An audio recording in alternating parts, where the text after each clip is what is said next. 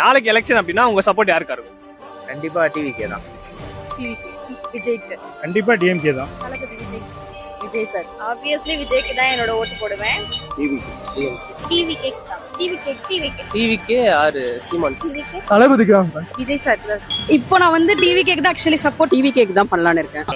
நாம் தமிழர் கட்சி தான் sir. Always DMK sir. ரெட்டலைக்கு தான் போடுவோம். கண்டிப்பா விஜய் அண்ணாக்கு தான்.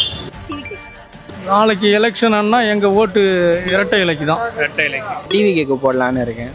கோஸ் டிவிகே விஜய் சார். எவ்வளவு டிவிக்கே தான் இருக்கும். ஆப்வியஸா டிவிகே. கண்டிப்பா திராவிட கட்சி தான். சிவிகா சொன்னா டிஎம்கே. இப்ப நாளைக்கு எலெக்ஷன் அப்படின்னா உங்க ஓட்டு யாருக்கா இருக்கும்? டிவிகே தான்.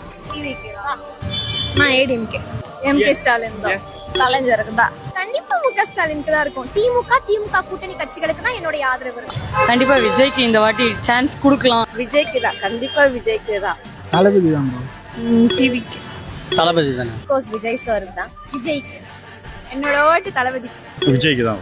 தளபதி. 2026 சட்டமன்ற தேர்தலில் நடிகரும் தாவேக தலைவருமான விஜய் அவர்கள் வென்று தமிழ்நாட்டின் முதலமைச்சராக ஆகியிருக்கிறார். 2006 விஜயகாந்த் அவர்கள் எப்படி எதிர்க்கட்சி தலைவராக நின்றாரோ அதற்கு அதிகப்படியாகவே தமிழ்நாட்டின் முதலமைச்சராக